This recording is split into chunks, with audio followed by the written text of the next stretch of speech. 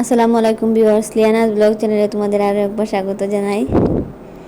আশা করছি যে যেখান থেকে আমার ভিডিওটি দেখছেন ভালো আছেন। আমরাও আলহামদুলিল্লাহ ভালো আছি।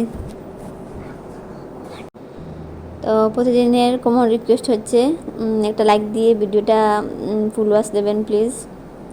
আশা করছি ভিডিওটি ভালো লাগবে। আর ভিডিওটির কোনো অংশ ভালো লেগে থাকলে একটা সুন্দর কমেন্ট করবেন। আর যারা আমার নতুন বন্ধু হতে চান একটা কমেন্ট করে আমার চ্যানেলটাকে সাবস্ক্রাইব করে পাশে থাকতে পারেন। আর আমাকে কিন্তু 24 ঘন্টা সময় দেবেন প্লিজ। আমি তোমাদের চ্যানেলে নিশ্চয়ই ভিজিট করব 24 ঘন্টা পর। তো সকাল সকাল উঠে নাস্তা রেডি করছি। আর ওইদিকে দুটো ডিম সিদ্ধ করেছি আমার মায়ের জন্য আর আমার জন্য। তো আজকে নাস্তাতে হচ্ছে রুটি, আর আজকে কিন্তু ঘুগনি করিনি। প্রতিদিন মানে ঘুগনি ভালো লাগে না, ওই জন্য আজকে একটু ডাল করেছি। আর ভাবছি একটু ডাল থাকলে তারপর আমার মানে মেয়ের সকালে খাওয়া দাওয়াতে একটু সুবিধা হবে, মানে মসুর ডাল হলে ওর একটু সুবিধে।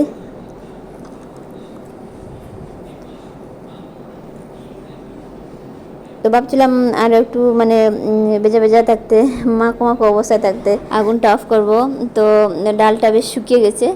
আর তারপর ভাবছি মানে খাওয়া দাওয়ার পর যেটুকু ডাল বেঁচে থাকবে তারপর একটু আবার জল দেব। আর দুদিকে কাজ করতে গেলে আমার ওইভাবে হয় আর কি মাঝে মাঝে। তো একদিকে রুটি বেলছি, আবার সেঁকে নিচ্ছি, আর ওইদিকে চা করছি। ওইসব করতে করতে ওটা দেখি মানে বেশ শুকিয়ে গেছে।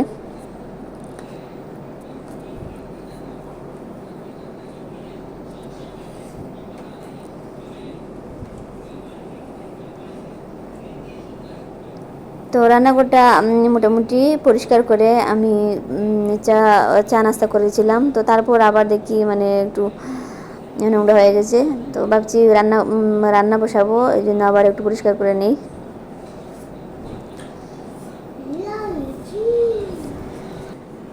তো ভাবছি মানে রান্নাঘরটা পরিষ্কার করতে করতে চা নাস্তার পর যেগুলো বাসন বেরিয়েছে ওইগুলো একটু পরিষ্কার করে নিই।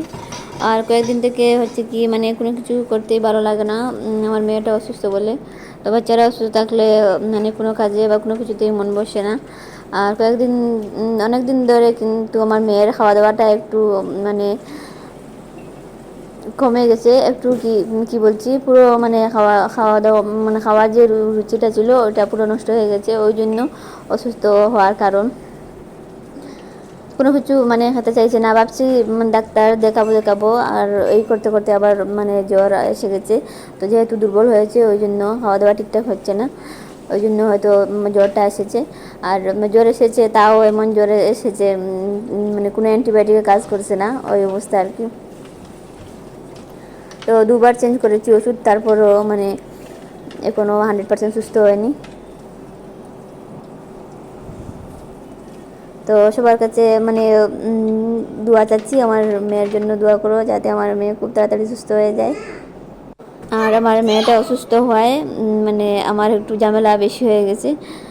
ঝামেলা বলতে আর কি, অসুস্থ থাকলে আমার ততটা যন্ত্রণা দেয় না, কারণ কি ও যেহেতু অনেকটা বড় হয়ে গেছে বলতে আর কি 4 বছর হয়ে গেছে, আর ও তেমনভাবে আমাকে জ্বালায় না।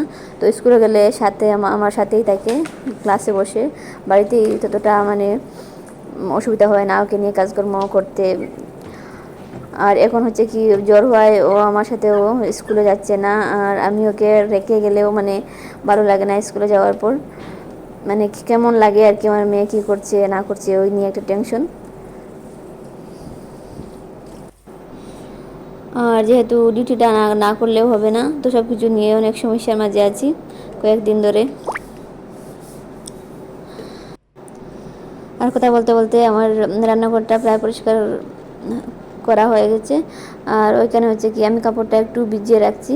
তো ওই কাপড়টা দিয়ে সবসময় আমি মানে আমার চুলার আশপাশটা মুছে থাকি। আর তেল পড়ে যেহেতু ওই জন্য একটু তেল চিটচিটে ভাব হয়ে যায়, ওই জন্য ভাবছি সার্ফ এক্সেল আছে ওটা একটু ভিজিয়ে রাখি, তারপর মানে ধুয়ে দিলে পরিষ্কার হয়ে যাবে।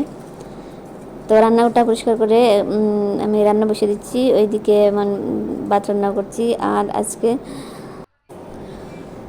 আমি ওইদিকে রান্না করছি, আর আমার মেয়েকে একটু মোবাইল দিয়ে বসিয়ে রেখেছি আজ। তো মোবাইল বলতে তো ও মোবাইল দিয়ে ফোন করছে, আমি ফোনটা করে দিয়েছি আর কি। তো আমার মায়ের সাথে কথা বলবে। তো ওর নানুর সাথে কথা বললে বা আমার মা আসলে আর কি আমার মেয়ে একটু সুবিধা একটু শান্তি পায় মনে হয়।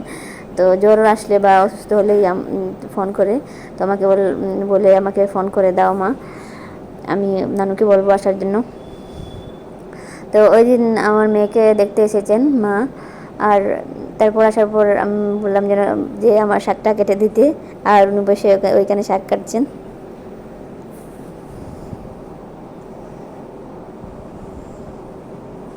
আর অসুস্থ হলে হয় কি মানে জানি না সব বাচ্চাদের মানে ওইরকম হয় কি না, তো আমার মেয়ের ব্যাপারটা বলছি আর কি।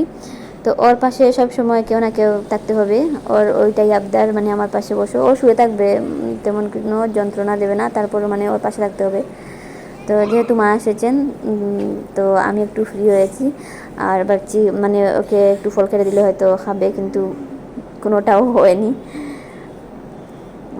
এই জন্য একটু টাইম পেয়েছি, আর ফ্রিজটা পরিষ্কার করে নিয়েছি, পরিষ্কার করে আর কোনো ভিডিও করা হয়নি। আর এখন হচ্ছে মানে বিকেল দিকে একটু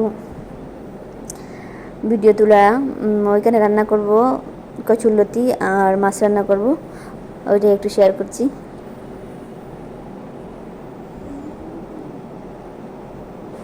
তো কচুরলতি রান্নার সুযোগটা পেয়েছি মা আসার জন্য, তো মা এগুলা কেটে দিয়েছেন, ওই জন্য আমার একটু সুবিধা হয়েছে, না হলে আমি এই লম্বা প্রসেসের কাজগুলোতে হাত দিই না। তো আমার যত ইচ্ছা করুক কোনো কিছু খাওয়ার, তো আমি লম্বা প্রসেসের কাজ হলে আমি এগুলোতে মানে খুব একটা আগ্রহ পাই না।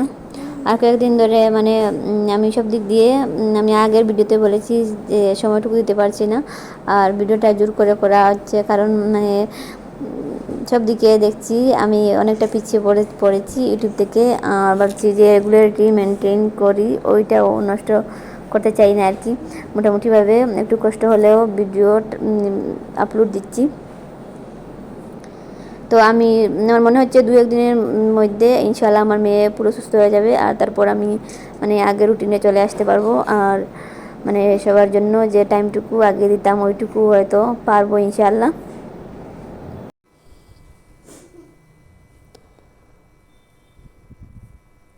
লতি সিদ্ধ করতে দিয়েছি, আর আজকে কিন্তু লতি রান্নার জন্য চিংড়ি মাছ নেই। চিংড়ি মাছ না হলে যেহেতু মানে খুব একটা কচুরলতি খুব একটা মানায় না, তারপরও মানে রান্না করব আজকে ওই মাছ দিয়ে, আজকে বড় মাছ দিয়েই রান্না করব।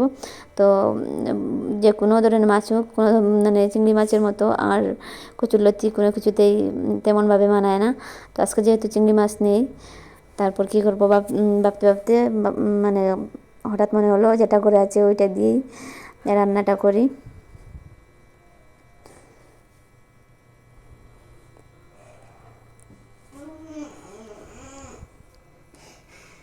আর ওইদিকে আমি মাছ ভাজা করছি, আর মানে কচুরলতি সিদ্ধ দিয়ে রান্না করছি।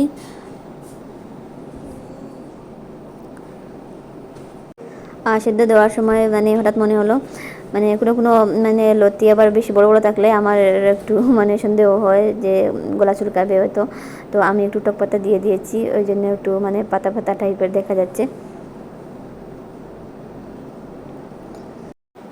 সাথে আবার ছিল ট্যাংরা মাছ। তো ছোটো মাছ আমি রান্না করেছি সকালে, যখন মানে শাক রান্না করেছিলাম তখন মা এসেছিলেন, ওই জন্য শাক রান্না করেছি, আর সাথে আবার মাছ রান্না করেছিলাম, তো একটু বেঁচে গেছে, ওইটা মানে আছে, আর কচুরলতি রান্না করছি।